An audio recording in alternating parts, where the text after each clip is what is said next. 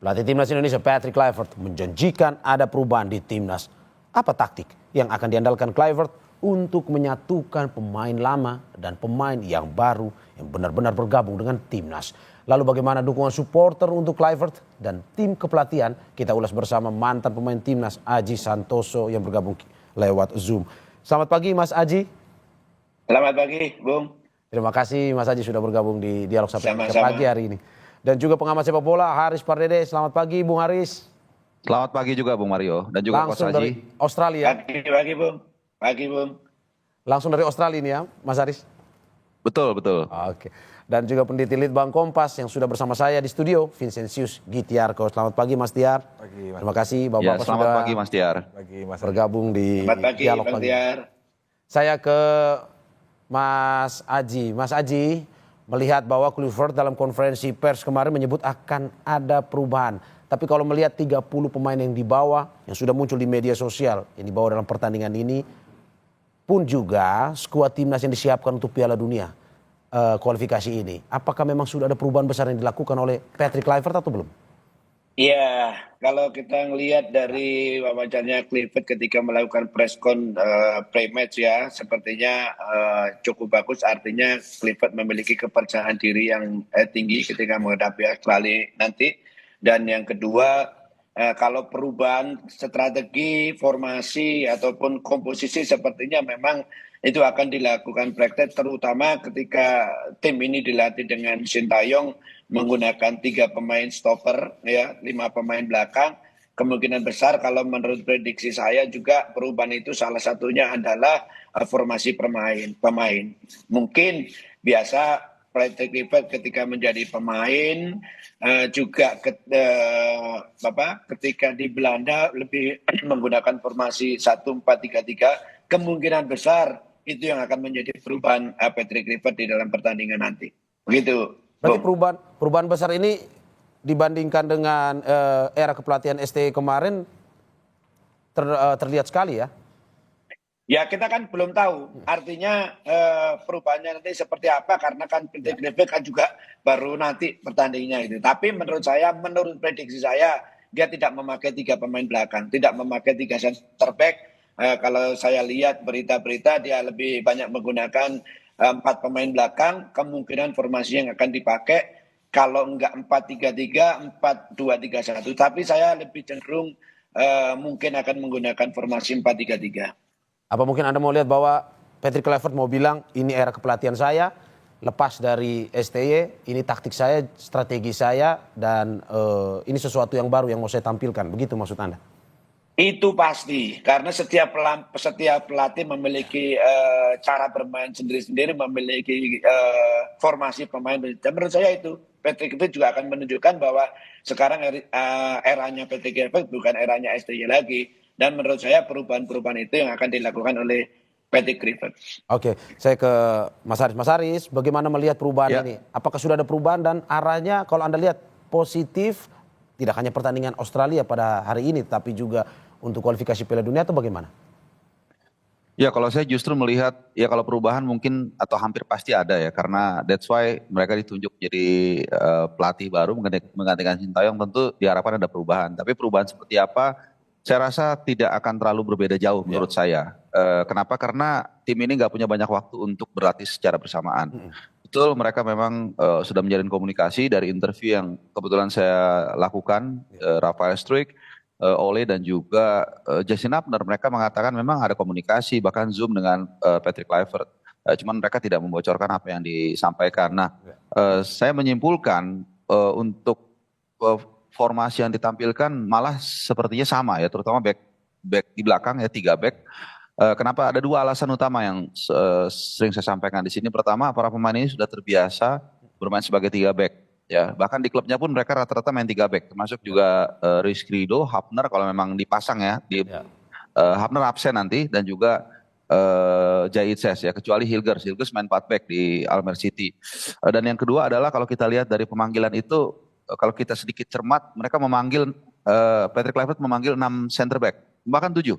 Ya, ada Jahit Ses, ada Hilgers, Ridho, Muhammad Ferrari, kemudian Justin Hapner, Jordi Amat, bahkan kalau kita mau masukkan Kevin Dix dan Sandy Walsh itu juga center back. Karena Sandy Walsh di beberapa match terakhir bersama Yokohama itu main sebagai center back.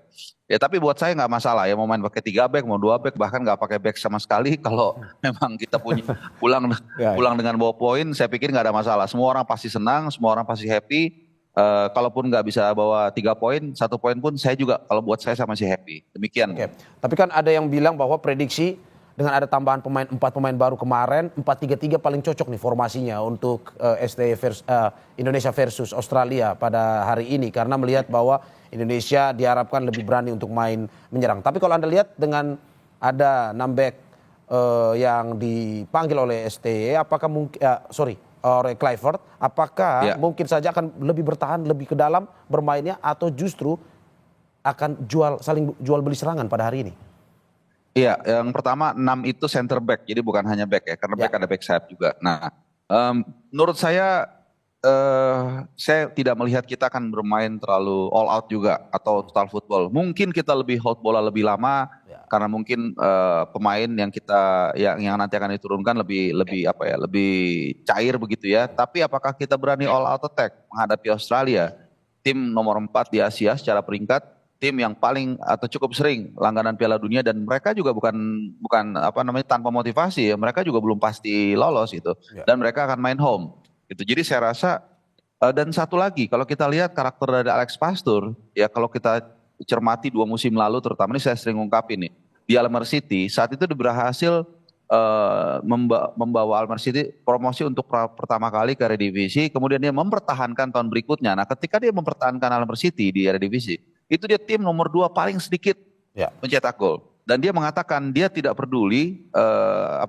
bermain dengan cara apapun selama dia mendapatkan hasil. Which is buat saya nggak masalah.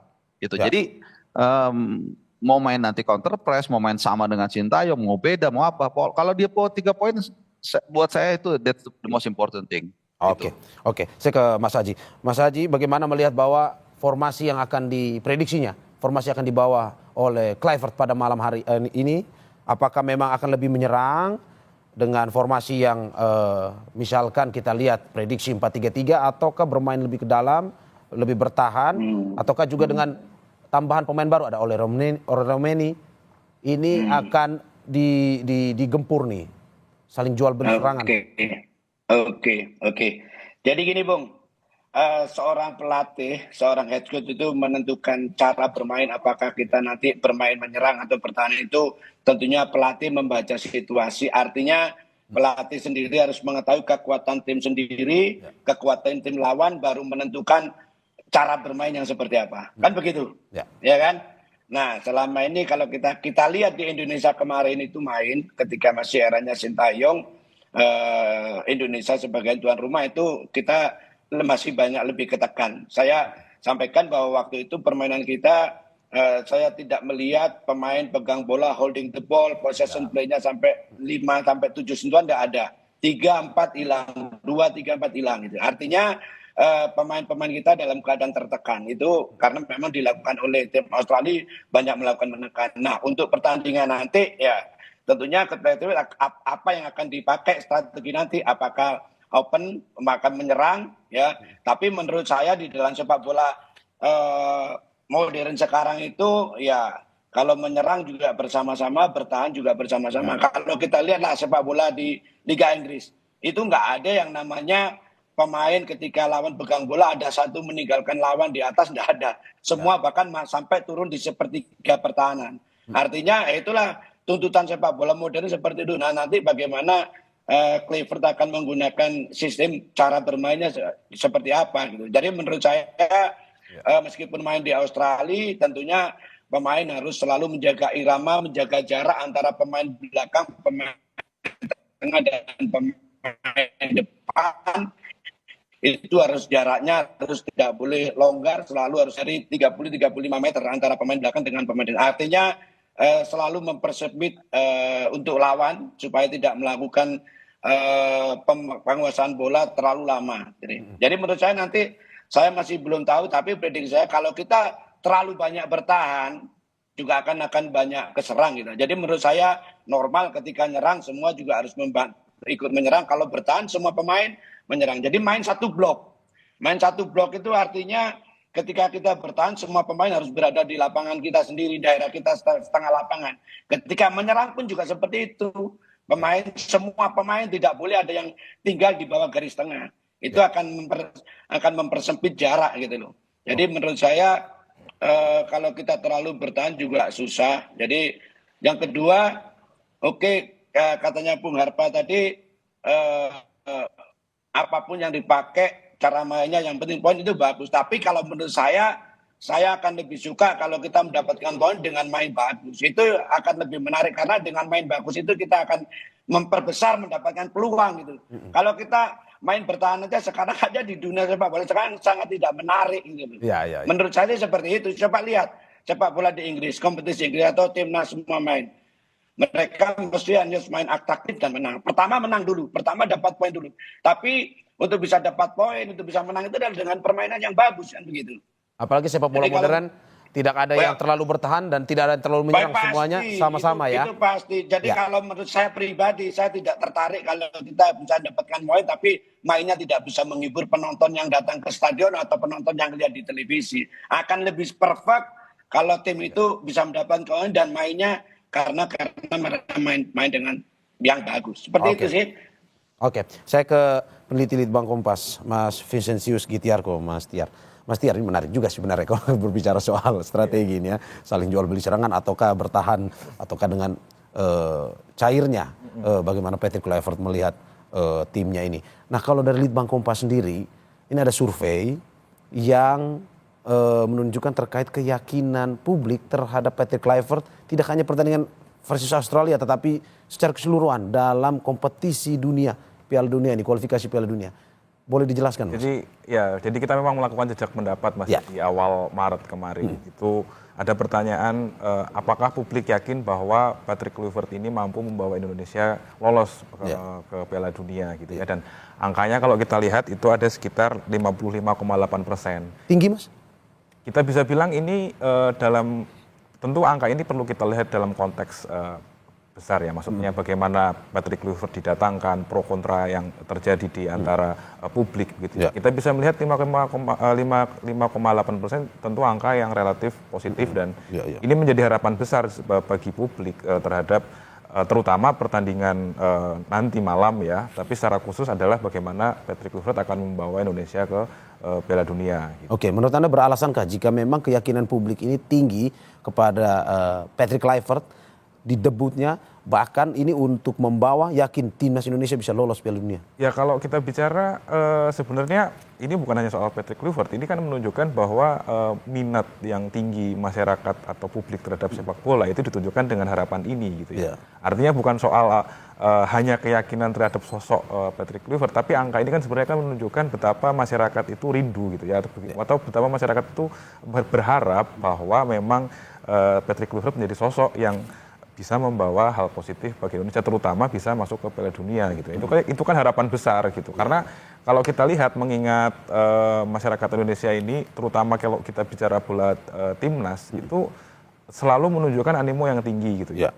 Misalnya di akhir tahun kemarin di bulan-bulan Oktober ketika waktu itu di pertandingan matchday kesekian ya di kualifikasi ini, itu ada sekitar 80% masyarakat yang selalu mengikuti minimal menonton pertandingan timnas gitu. Itu kan angka yang tinggi, artinya kan masyarakat ini animonya cukup besar tinggi gitu. Walaupun mungkin dia tidak suka bola secara umum, tapi ketika timnas main itu selalu masyarakat yang tidak nonton bola pun akan ikut nonton. Oke. Artinya kan 50% tadi kembali ke harapan ini sebenarnya sekaligus tantangan gitu.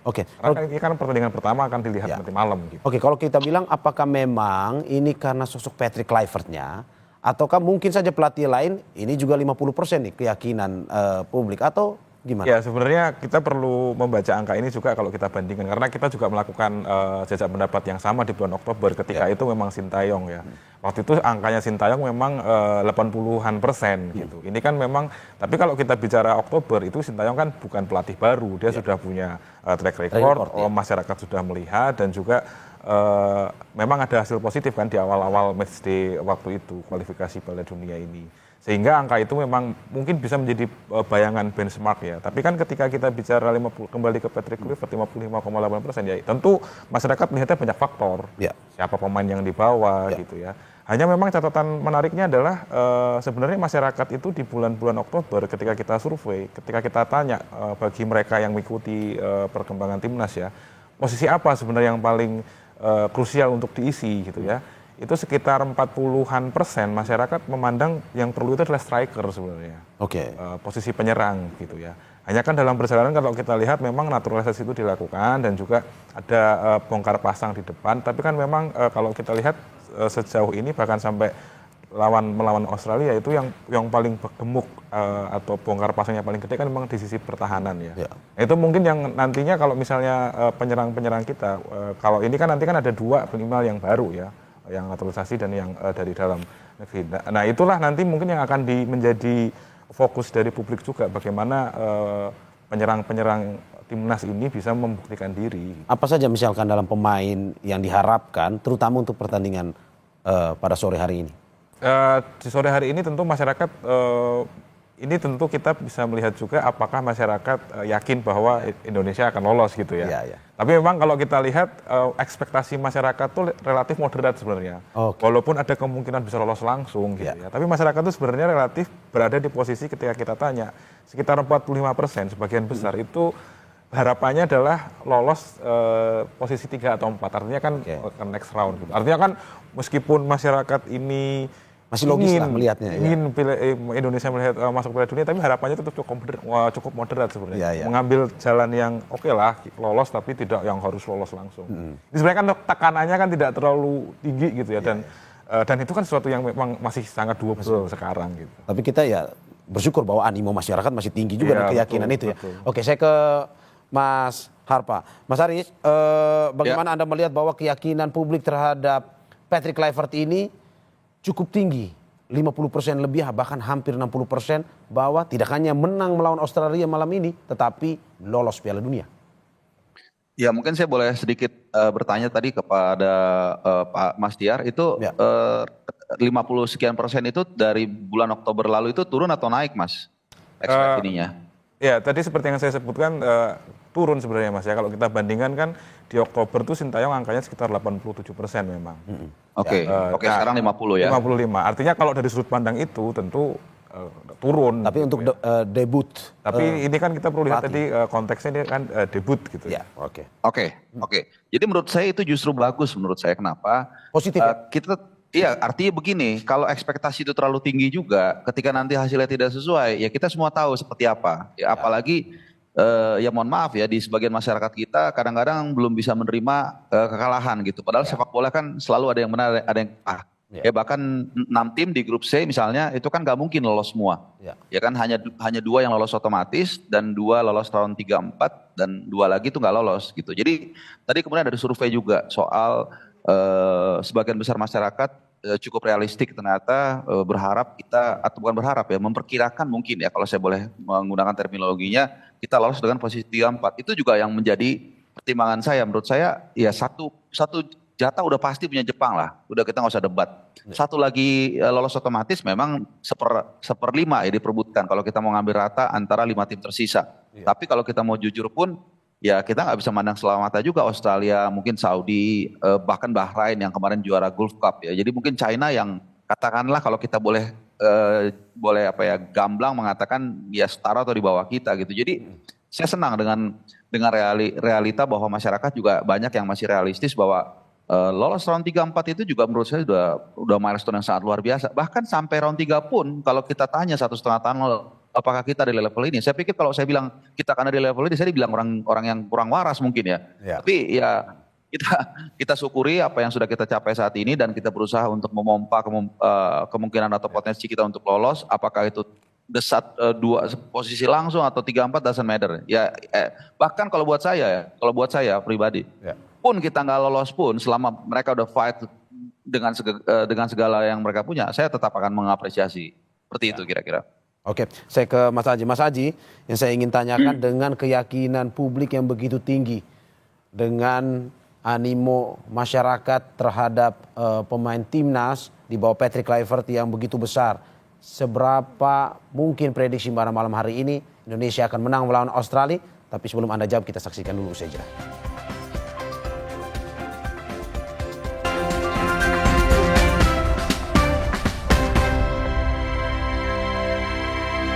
kami berharap lebih baik, lebih agresif, ya lebih kompak. Itu harapan kami sih. Harapan saya Indonesia bisa main dengan bagus tentunya. Kalau bisa sih lebih attacking nih. Soalnya kan kita jago sebenarnya untuk nyerang. Bangkit dari kekalahan kemarin lewat strategi yang akan dirancang oleh pelatih baru tersebut. Karena kemarin kelihatannya permainannya udah cukup bagus, tapi kurang dari sudut pandang saya sendiri kurang ada chemistry-nya. Semoga bisa menembus Piala Dunia. Tetap semangat untuk pemain timnas, tetap tenang dan menang. Harus menang. Terima kasih masih di Sapa Indonesia Pagi bersama saya Mario Sharon dan narasumber saya mantan pemain timnas Aji Santoso, pengamat sepak bola Haris Pardede dan peneliti Litbang Kompas Vincentius Gitiarko. Saya ke Mas Aji. Mas Aji, bagaimana melihat antusias, keyakinan publik yang begitu tinggi terhadap Patrick Kluivert bisa lolos Piala Dunia? Ya, memang masyarakat kita sangat antusias dengan tim ini karena tim ini sudah berjalan sampai sejauh saat ini. Ini juga merupakan satu hal yang positif. Tentunya masyarakat kita termasuk kita lah, semua orang Indonesia tentunya menginginkan Indonesia bisa lolos ke Piala Dunia dengan jalan nanti pertandingan ketika melawan Australia paling tidak bisa mendapatkan poin, meskipun menurut saya tidak mudah karena kalau kita lihat dari pertandingan leg pertama ketika main di Indonesia, tim Australia kualitasnya waktu itu memang berada di timnas kita, tetapi kita ngelihat dulu bagaimana kualitas tim ini setelah bersama dengan Patrick Kluivert, kan begitu. Apakah tim ini kualitasnya sama aja dengan kemarin atau kan kualitasnya pemain ini, tim ini lebih bagus, apalagi juga ada beberapa pemain baru. Nah, jadi kita lihat dulu nanti bagaimana kinerja Patrick Kluivert dengan timnas ini. Nah, tentunya sebagai masyarakat Indonesia tentunya pertandingan nanti itu kalau bisa mendapatkan poin 1, katanya Bung Harpa tadi, syukur-syukur kalau bisa mendapatkan 3, meskipun kita juga harus memberi wawasan kepada supporter kita yang sangat fanatik untuk bisa mendapatkan di Australia itu tidak mudah, meskipun di dalam sepak bola itu semua serba memungkinkan. Oke, saya ke Mas Tiar. Mas Tiar, Australia, Socceroos punya sejarah di Piala Dunia, menjadi salah satu langganan juga, tim kuat. Kalau Anda melihat, kalau misalkan Indonesia menang malam ini, apakah mungkin saja mencatatkan sejarah baru melawan Australia nih di ajang Piala Dunia ini? Ya, kalau kita bicara data sejarah ya ke belakang, itu kan ini akan menjadi salah satu pertandingan resmi yang ke-6 ya. Ini akan ke-6 Indonesia bertandang ke Australia dan dari 5 pertandingan sebelumnya memang Indonesia itu belum pernah menang. Bahkan selalu kalah gitu ya, belum pernah berhasil mencuri poin. Bahkan kalau kita lihat memang pertandingan paling awal itu kan sekitar itu waktu itu kualifikasi Piala Dunia 74. Pertandingannya tahun 73 sekitar bulan Mei. Waktu itu Indonesia kalah 1-2. Dan itu menjadi satu-satunya pertandingan Indonesia bisa mencetak gol di Australia sebenarnya. Karena 4 pertandingan setelahnya itu selalu kalah dengan tidak pernah mencetak gol. Terakhir itu waktu itu di tahun 2010 ya. Waktu itu kualifikasi Piala Asia 2011 itu kalah 0-1 waktu itu pertandingan di Brisbane. Artinya kalau pertanyaannya adalah seberapa penting pertandingan malam ini, sebenarnya ada catatan sejarah yang akan terukir. Seandainya minimal Indonesia bisa mencuri poin, maksimal bisa membawa poin maksimal begitu. Nah, sekaligus nanti tentu masyarakat, kalau kita bicara kembali ke animo masyarakat, keyakinan, kepercayaan terhadap timnas itu juga ternyata tentunya akan semakin tinggi begitu. Oke. Saya ke Bung Haris. Bung Haris, bagaimana melihat ini statistik di atas kertas bahwa Australia selama kualifikasi ini hanya kalah 1 kali versus Bahrain. Indonesia pun bagaimana peluang melawan Australia pada hari ini? Dalam arti bahwa apakah dengan melihat strategi pun juga histori debut dari Patrick Kluivert yang tidak pernah kalah selama melakukan debut di tim yang dia tangani. Bagaimana Anda melihat pertandingan malam ini? Ya, pertama semua itu kan di atas kertas ya. Kalau kita lihat dinamika di lapangan, di klasmen itu sudah berubah jauh. Pertama dari tim nasional kita sudah banyak pemain yang berdatangan, pemain yang cukup bagus. Walaupun kita bisa berdebat dan berdiskusi soal apakah mereka bisa langsung tel tanpa mereka bertemu mungkin ada 4 sampai 5 pemain secara berbarengan ya. Sejak Kevin Dix hanya main mungkin 30 menit lawan Jepang, kemudian 4 pemain lagi masuk, Ole, Dean James, Emil Laudero dan juga Joe Pelupessy. Ya. Kemudian Australia sendiri juga kalau kita lihat mereka baru saja mencatatkan sejarah juga, tapi sejarah yang berbalik dengan kita. Kenapa? Karena mereka menjalani satu kualifikasi Piala Dunia terburuk sepanjang sejarah mereka. Sementara kita saat ini kalau dikatakan menang gak menang lawan Australia nanti malam, itu kita setiap apa yang kita gapai itu sejarah. Karena kan kita belum pernah sampai di level ini gitu. Jadi mau nanti kita 1 poin, mau kita apalagi menang dan seterusnya, itu kita sudah mencetak sejarah gitu. Jadi menurut saya ya kita sudah di langkah yang sangat positif, sudah di area yang benar, di on the track. Jadi tinggal bagaimana kita memaintain apa yang sudah kita lakukan sekarang. Oke, masih ada pertandingan, entah itu seri ataupun menang malam ini, masih ada pertandingan Bahrain, Cina dan juga Jepang. Kalau menang melawan Australia pada malam hari ini, bagaimana Anda melihat kepercayaan diri, terus juga optimistis dari Indonesia untuk menghadapi pertandingan tersisa, termasuk melihat mungkin saja melawan Bahrain yang ini secara mengejutkan juga bisa mengalahkan Australia itu gimana? Ya, kita kembali lagi ya ke persyaratan untuk lolos itu adalah poin. Artinya kalau saya sempat membuat riset kecil-kecilan lah gitu ya. Jadi dengan format yang sama ini kan format seperti ini udah memasuki episode ketiga. Gitu. Jadi sebelumnya sudah ada juga gitu. Jadi rata-rata poin yang dibutuhkan untuk lolos ke round 4, jadi posisi 3-4 itu 12,25. Nah ini kan Mas Tiar nih ahlinya statistik itu dibulutin ke bawah 12 poin. Jadi rata-rata. Artinya kita sekarang sudah punya 6 poin. Jadi kita butuh sebenarnya 6 poin lagi untuk let's say 85% sampai 90% lolos ke round 4. 12 poin. Jadi kita butuh 6 poin. 6 poin itu dari mana? Yang paling realistis ya dari Bahrain dan dari China. Tentu bukan berarti kita nggak mau kalau dapat dari Australia, tapi saya pikir sekali lagi ya, kalau kita pulang membawa 1 poin itu not only 1 point, tapi juga menghambat Australia untuk mendapatkan poin lebih banyak. Dan kedua yang paling penting, kita pulang dengan gagah berani, dengan rasa percaya diri yang tinggi dalam menghadapi Bahrain. Jadi itulah pentingnya 1 poin dari Australia di lawatan kali ini. Berarti setidaknya walaupun 1 poin ataupun ya syukur-syukur menang, Indonesia harus bisa dalam pertandingan malam ini setidaknya mencuri angka dan juga nanti sehingga melawan Bahrain dan juga Cina nanti ya mungkin lebih mudah lah. It's gonna be 1 big point dan yang paling harus dijaga juga yang diingat adalah availability pemain. Jadi ada 3 pemain yang sudah mengantongi kartu kuning, Martin Paes, dan semua ini penting-penting nih, Jai Itses dan Calvin Verdong. Ya kan, kalau sampai salah satu ini kena kartu kuning, mereka absen lawan Bahrain. That's why menurut saya salah satu alasan didatangkan Emil Laudero, didatangkan juga Dean James, dan juga Joe Pelupessy ya untuk mengantisipasi hal-hal tersebut gitu loh.